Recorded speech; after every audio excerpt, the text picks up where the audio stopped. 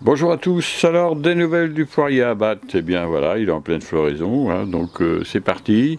C'est super, alors j'ai commencé la pollinisation manuelle avec mon petit pinceau, comme je l'ai fait voir la dernière fois pour le pêcher, et donc vous voyez, je prends un peu de pollen sur ce petit poirier qui est un poirier William qui pousse en pot, hein, depuis quelques années je m'en sers. Enfin, c'est la deuxième année. Et puis je prends un peu de pollen donc, dans ce poirier William qui féconde, qui fertilise, qui pollinise les fleurs du poirier à battre. Voilà. Et puis j'ai fait ça déjà pas mal de fois. Voilà, donc c'est parti pour la floraison. Donc, alors j'ai mis aussi un abri pour les abeilles solitaires et puis les bourdons. Et puis donc j'espère pouvoir... alors il y a déjà des habitants. Et puis j'en ai mis aussi juste à côté pour le pêcher. Bon, le pêcher c'est fini, lui la floraison est terminée. Alors j'ai bon espoir parce qu'il n'y a que les pétales qui tombent pour l'instant. Mais bon, pour l'instant il n'y a rien de bien déterminé. Vous voyez, il y a des abeilles déjà qui sortent, hein, des petits bourdons et des abeilles qui sortent. Donc c'est habité, j'espère qu'il y en aura plein. Donc j'espère qu'ils vont me donner un petit coup de main. Ils doivent être plus performants que moi dans la pollinisation. Enfin bon, autant de faire les deux et puis on verra ce que ça donne. Alors bien entendu, ils annoncent des gelées, ça c'était à prévoir. Alors au départ c'était pour lundi, alors ça a changé, la météo a changé. Ils annoncent -3 mercredi. Mercredi, donc le 7, je crois, le 7 avril. 6 ou 7, je ne sais plus.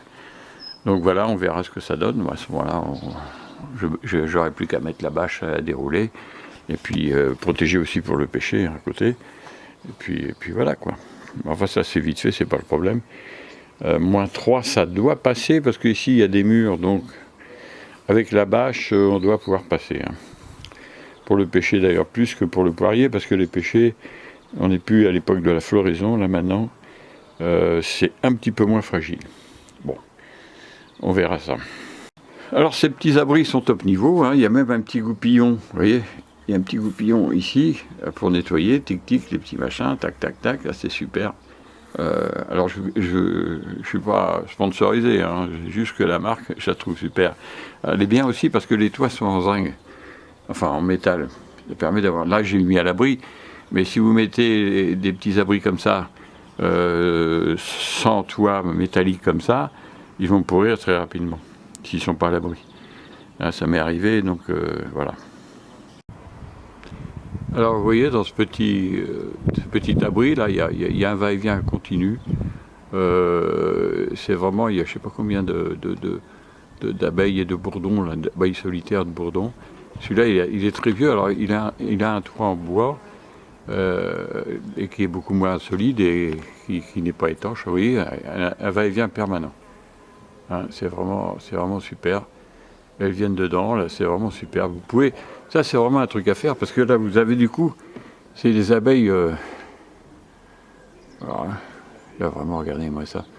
C'est fou quand même. Alors ça coûte pas cher, ça coûte entre 15 et 20 euros, ça dépend. Et hop, et voilà, et ça n'arrête pas.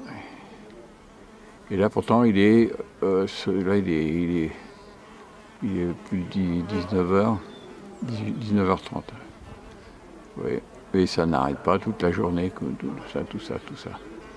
C'est un va-et-vient, continu. Vous les voyez, elles arrivent. Alors, c'est vraiment l'idéal, là, finalement. Donc je vais en mettre partout, en fait. En fait, on devrait en mettre dans tous nos arbres fruitiers. C'est vraiment super, ce truc. Vraiment très agréable, en plus, ça. On participe, parce que là, il y a un peu de tout. Hein. C'est pas tous les mêmes bourdons. Comme les diamètres ne sont pas les mêmes, il y a des petits trous, des gros trous, etc. C'est vraiment super. Ben oui, ça n'arrête pas. Ok, ben voilà pour les petits abris. Donc ben, pour le pêcher le poirier, on attend le résultat fin avril, début mai. On saura exactement ce qui s'est passé, si la pollinisation a fonctionné.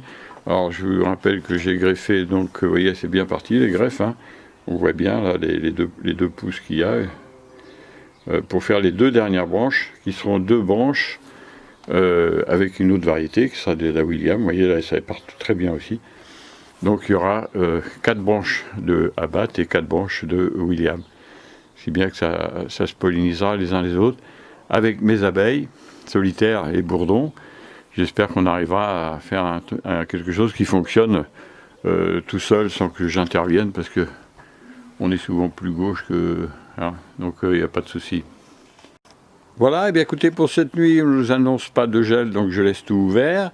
Et puis sur ces bonnes paroles, dans l'attente des résultats que j'espère somptueux, écoutez, je vous souhaite le meilleur pour vous, pour vos vergers, pour vos potagers, vos familles, le super confinement qui nous attend. Prenez beaucoup de plaisir, apprenez à prendre du plaisir, même si ça paraît pas terrible, parce que finalement, on peut trouver toujours des solutions qui nous permettent d'être heureux et positifs dans ce monde où la négativité abonde et surabonde. Écoutez, je vous dis à la prochaine pour d'autres vidéos. Il y en aura d'autres, et bientôt. Il y en a pour le potager qui sont prêtes, et je n'ai pas encore eu le temps de les publier, notamment pour les asperges. Donc je vais faire ça. Je suis un peu débordé, mais c'est pas grave. Je suis heureux, je suis content de faire des vidéos, et je suis toujours content de voir, même si je ne réponds pas à tous les commentaires, ça me fait plaisir, et puis ça m'encourage à continuer. Eh bien écoutez, je vous dis à bientôt pour d'autres vidéos, d'autres conseils, d'autres aventures. Je vous remercie pour tout. Au revoir.